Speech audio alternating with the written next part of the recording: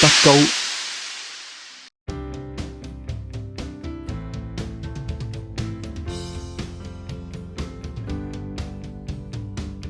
至尊寶係一款嶄新嘅環氧樹脂瓷磚填縫物料，專為追求完美嘅你而設。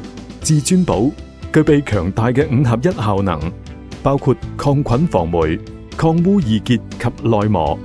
即使一條細小嘅瓷磚夾縫，都可以時刻保持潔淨如新。相比傳統英泥沙質漱口粉，絕對係更理想嘅選擇。德高至尊寶瓷磚填縫標準施工，施工時配合巧匠工具使用，效果更佳。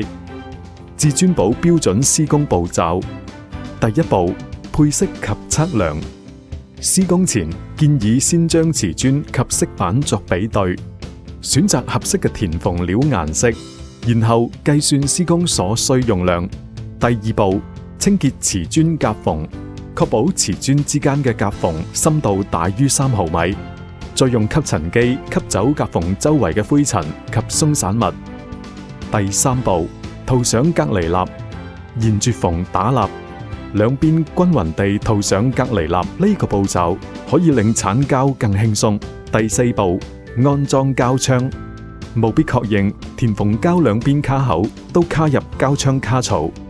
扭開瓶蓋，將膠打至 AB 組分，同時出料至混合均勻，清除多餘膠料後，再裝上混合膠嘴，順時針用力鎖緊膠嘴，可以按磚縫大小以45度左右切開膠嘴，準備開始施工。開始前，請棄用約30厘米嘅膠料，再進行正式施工。第五步，打膠施工。施工時，緩慢均勻地將填縫料填入磚縫內，之後使用鎢鋼壓縫片將填縫膠抹平。陰角同陽角打膠嘅時候，建議使用專業配套嘅巧匠鎢鋼壓縫片。乾固後可進行刮膠，一般約6至8個鐘頭，視乎天氣而定。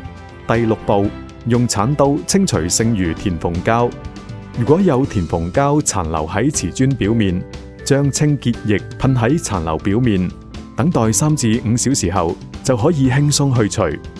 施工完畢，至尊寶5合1強勁效能，完美呈現。家用至尊寶，潔淨風水好。